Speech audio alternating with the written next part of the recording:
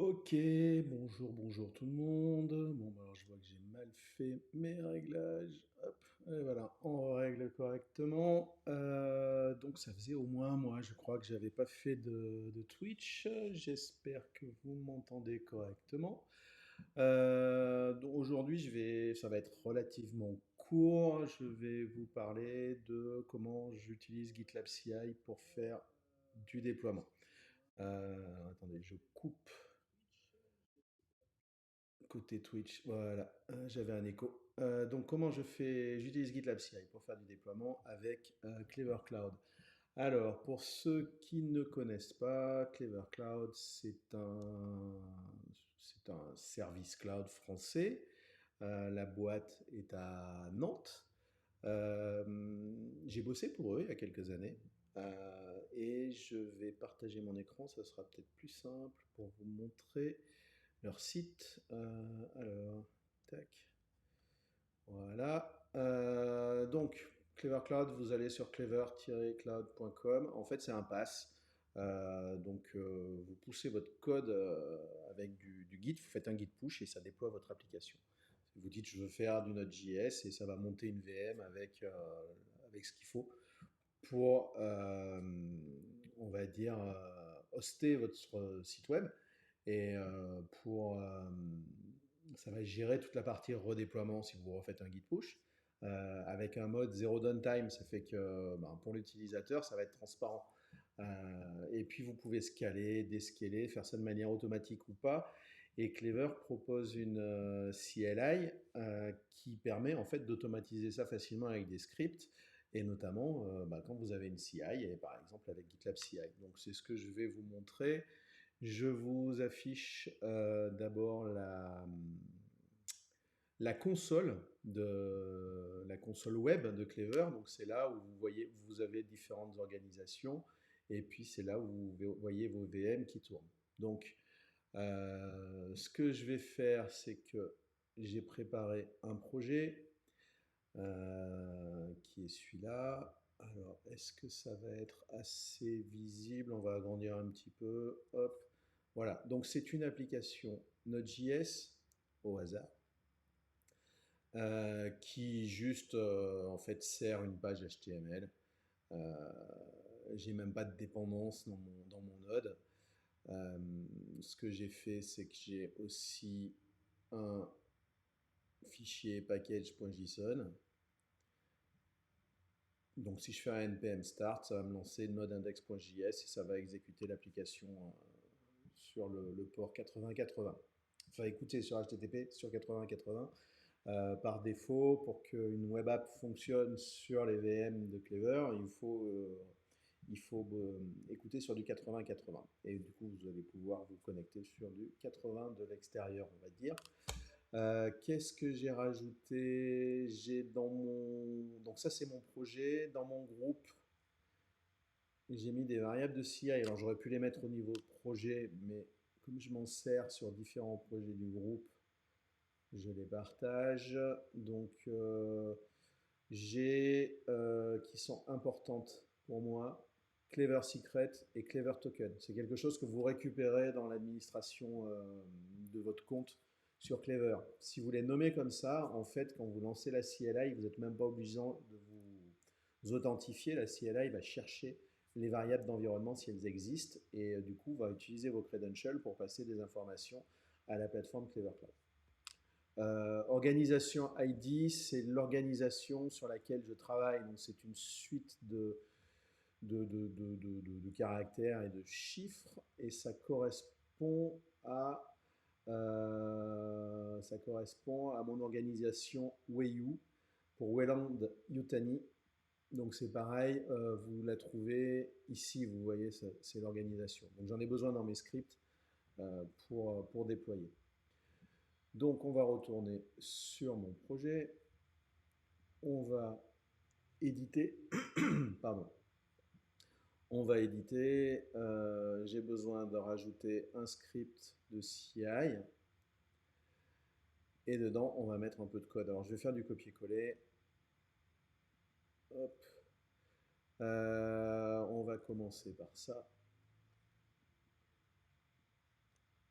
Donc, la CLI, vous pouvez l'installer dans vos runners directement, mais Clever fournit une image Docker qui a déjà la CLI. Donc, du coup, vous embêtez pas.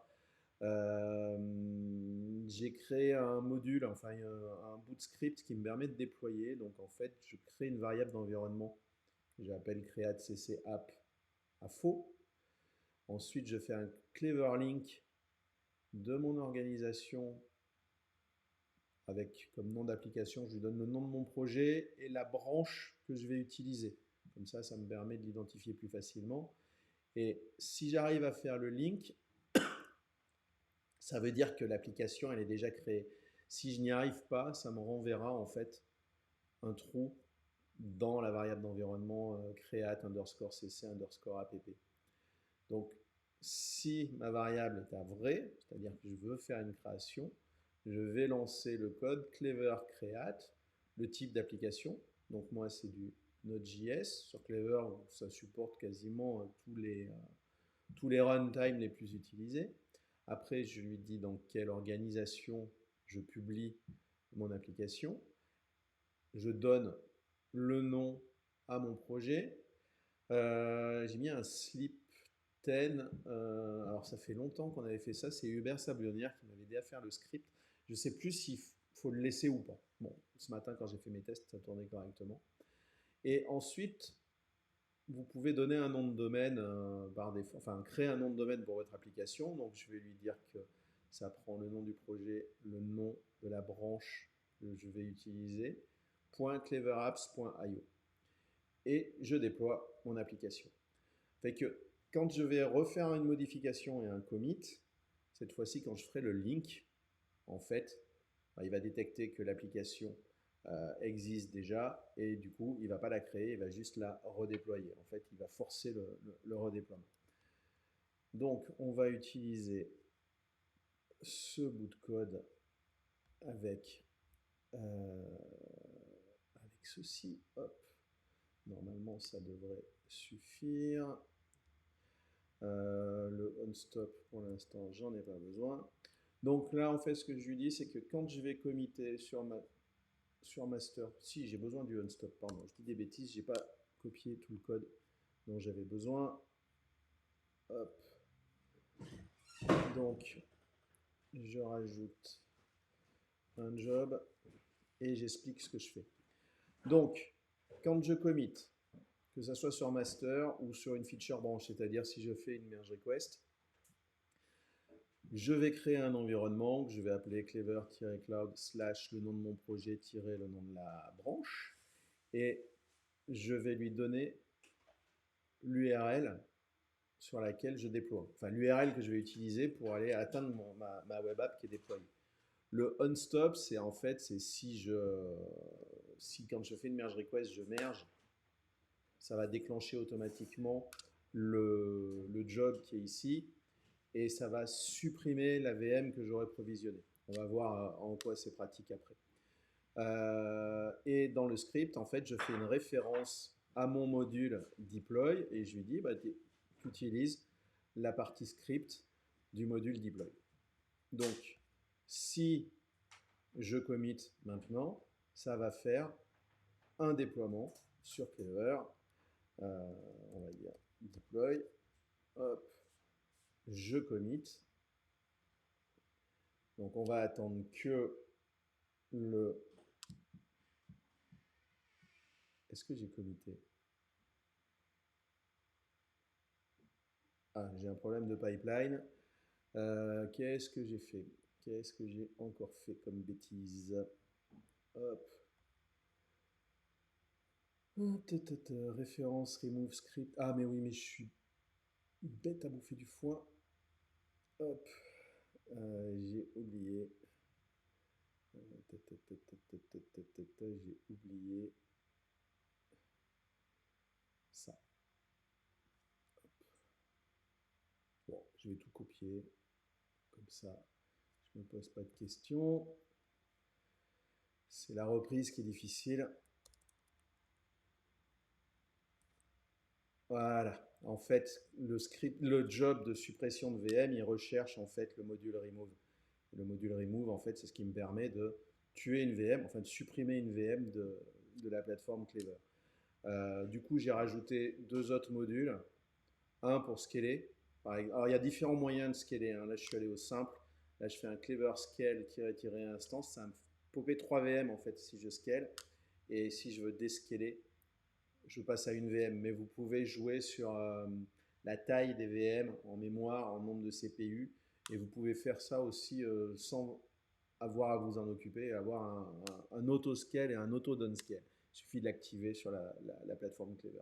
Donc cette fois-ci, je vais recommitter en espérant que tout se passe bien. Allez, premier déploiement. Hop.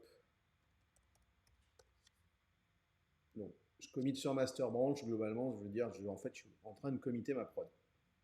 On va voir si le pipeline se déclenche.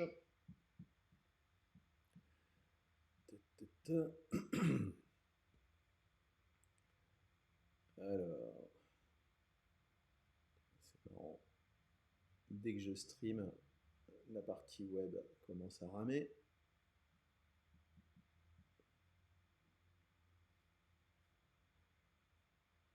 Donc, ça ne saurait tarder, on va y arriver. Voilà, le commit est fait.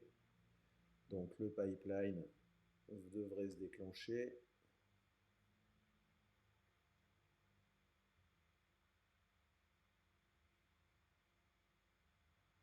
Il y a un petit peu de lag. Ça marche mieux à 3 h du matin en fait. Hop là, on va aller voir le pipeline. Donc, il est en train de se déclencher. Donc là, il est en train de récupérer l'image Docker des Clever Tools sur le Docker Hub dans l'orga Clever Cloud. On va attendre un petit peu. Excusez-moi.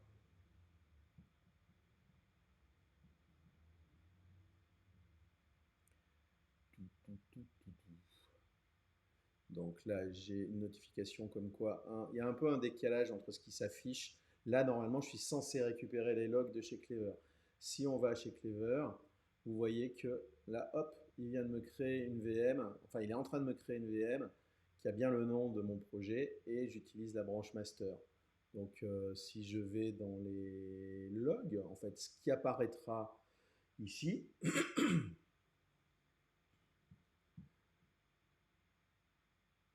alors, il y a vraiment du décalage dès qu'on stream parce qu'en fait, le déploiement, il est déjà terminé. Vous voyez que c'est en vert. Là, j'ai pas eu les logs. Et si je retourne sur GitLab, j'ai les logs de Clever dans GitLab. Donc, je pense que le stream avec le navigateur a un souci. Donc, quand j'ai fait le link, j'ai bien eu un application not found. Donc, il a créé l'application. Donc, si je vais sur opération environnement, on voit qu'il m'a créé une ligne environnement et que je peux accéder à ma web app à partir. Alors, je n'ai pas fait d'effet de style aujourd'hui, ça reste très sobre, mais j'accède à ma web app. Et on voit qu'elle est bien démarrée sur Clever. Qu'est-ce que je peux faire d'autre? Avant d'aller faire des modifs, je peux utiliser mon pipeline. J'ai quelques jobs manuels.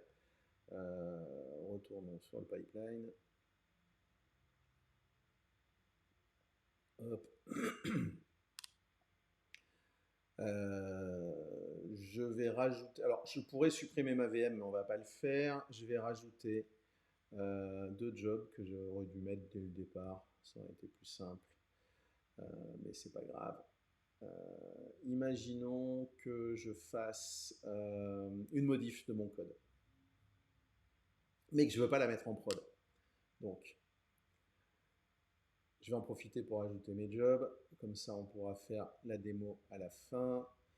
J'avais deux jobs pour scaler et downscale. Donc, je vais aller faire une modif de code. Je vais rajouter des emojis pour que ce soit plus joli.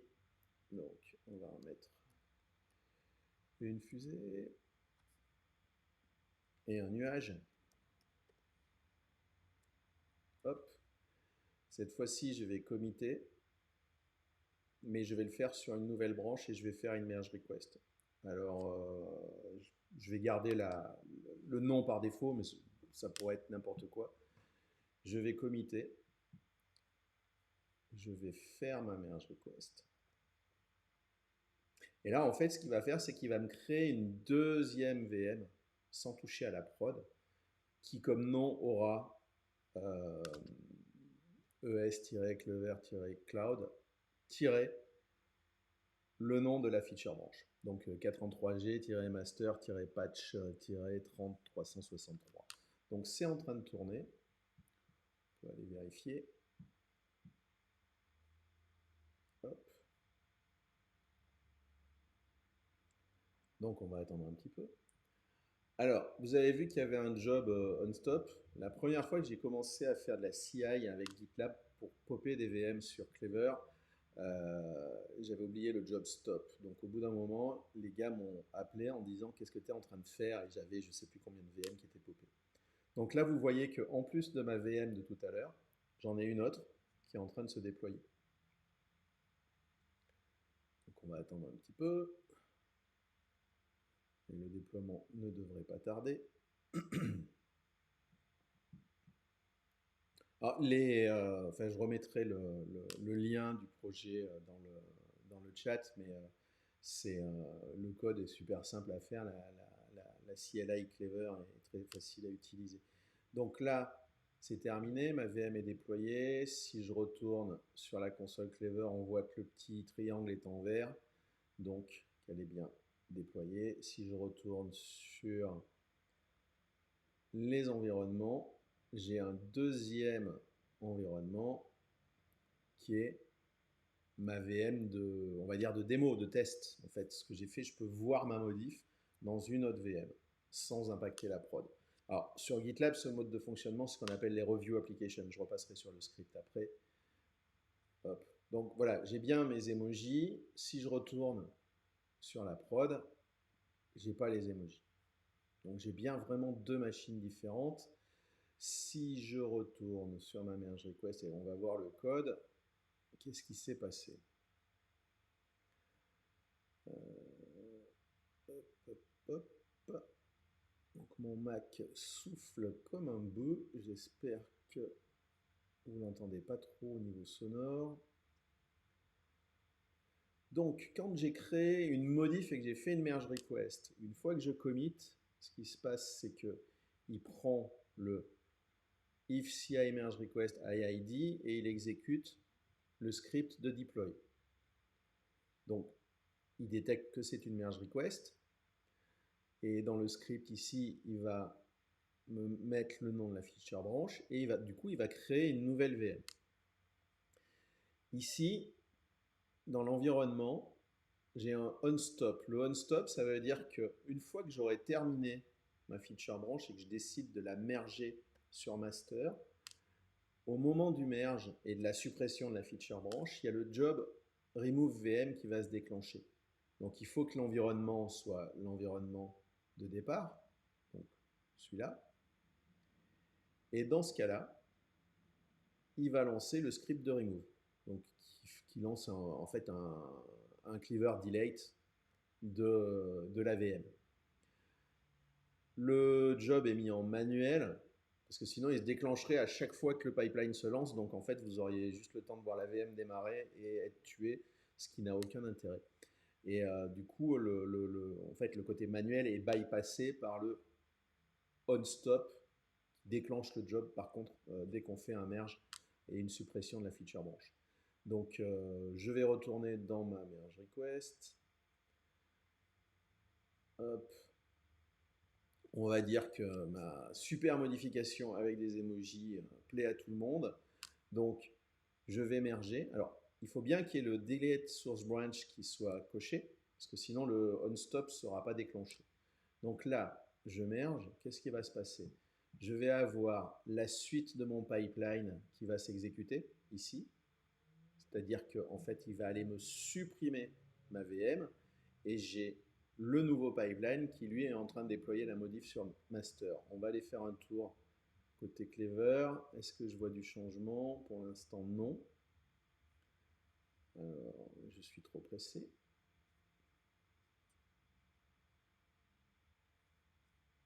Attendons un peu.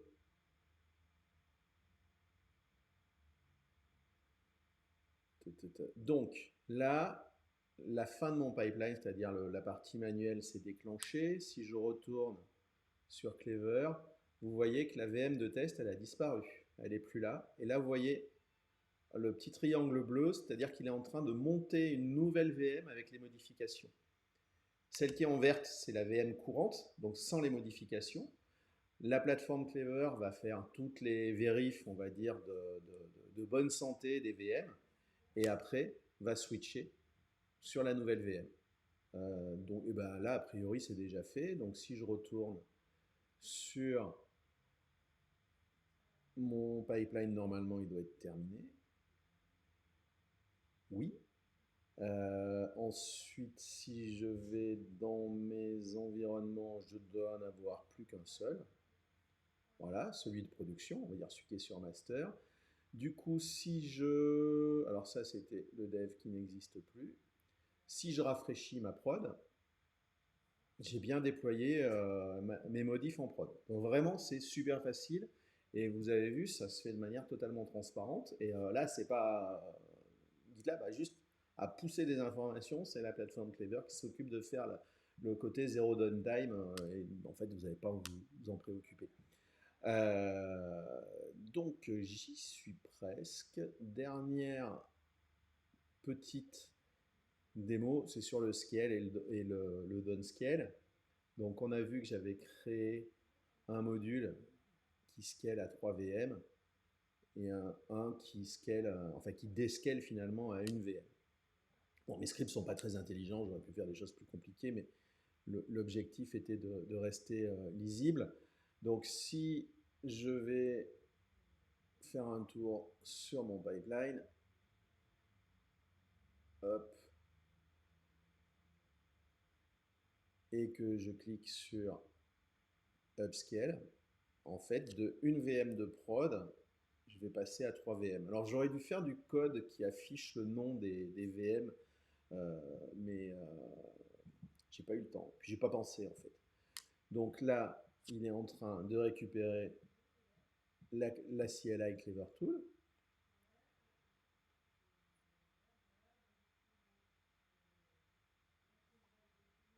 Et envoyer des informations pour scaler.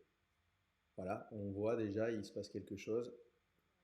Donc normalement, ici, on devrait le voir passer. Voilà, on voit que ça a été super rapide en fait. Non, c'est bon. Il est en train de déployer les autres VM. Donc on attend un petit peu. Mais du coup, il n'y a pas besoin d'être un cadre en infra, c'est super simple. Alors après, vous pouvez faire de la gestion, vous avez des modules pour vous connecter de la base de données, des choses, enfin pour fournir de la database ou des choses comme ça. Là, j'ai montré que la partie VM. Donc ça y est, voilà. Mais j'ai 3 VM, donc ça, maintenant, et la partie load balancing, j'ai pas à la gérer, c'est géré tout seul. Donc si je vais sur, alors vous verrez rien sur le site en fait. Il faudrait que je fasse une démo plus claire, mais disons que là, à chaque fois que je rafraîchis, ça load balance sur les différentes VM. Et si j'ai besoin de descaler, eh ben, ça va être la même chose. Je clique sur downscale et je vais repasser à une seule VM. Alors là, je le fais en mode manuel, à savoir qu'il y a un mode totalement automatique. Je ne sais plus où il est. Ça doit être dans information.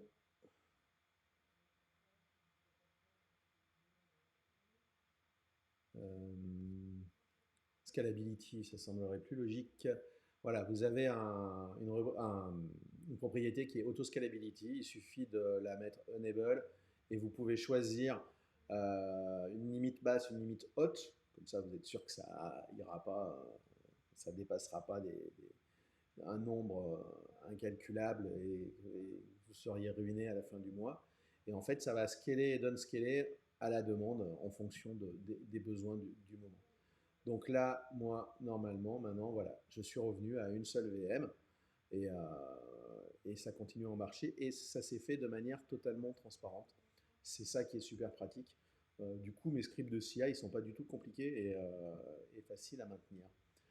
Donc, j'en ai fini pour ma démo d'aujourd'hui. Je vais vous mettre le lien dans le chat. Hop. Si vous avez des questions, c'est maintenant. Bon, sinon, après, vous savez tous comment me joindre. Le projet est public, donc vous pouvez y accéder sans problème. Qu'est-ce que j'ai prévu de faire? Alors, la semaine prochaine, si je suis en forme et que donc je ferai un autre Twitch, il sera peut-être plus long, ou alors je le séparerai en deux.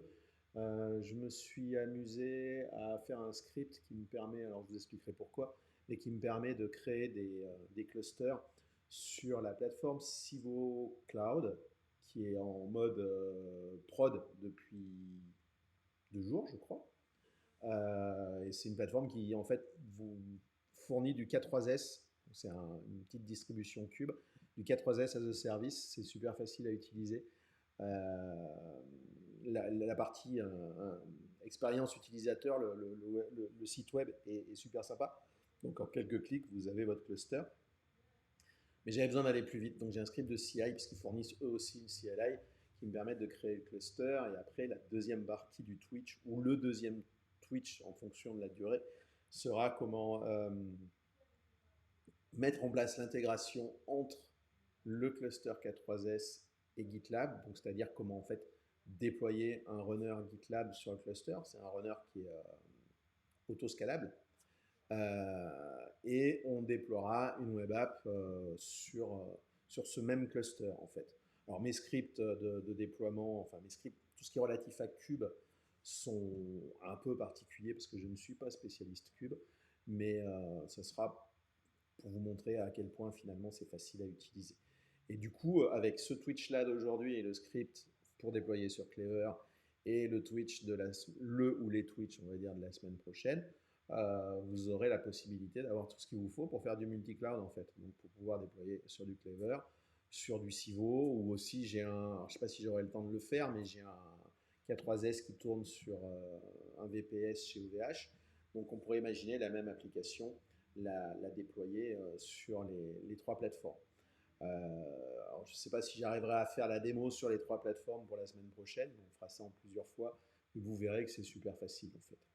Je vois toujours pas de questions dans le chat, donc écoutez, je vais vous laisser. Alors, le Twitch d'aujourd'hui est visible sur Twitch pendant au moins une semaine, je pense. Mais dans la journée ou demain, de toute façon, je le publierai sur YouTube et je renverrai le lien. Écoutez, j'espère que vous allez tous bien. Merci d'être passés. Je vous souhaite une très bonne journée. Un bon appétit à ceux qui n'ont pas mangé. Et moi d'ailleurs, je vais aller manger. Et je vous dis à bientôt. Donc normalement, à la semaine prochaine. Si vous avez des questions, n'hésitez pas sur Twitter ou par mail pour ceux qui ont mon mail. Je vous dis à très bientôt. Salut.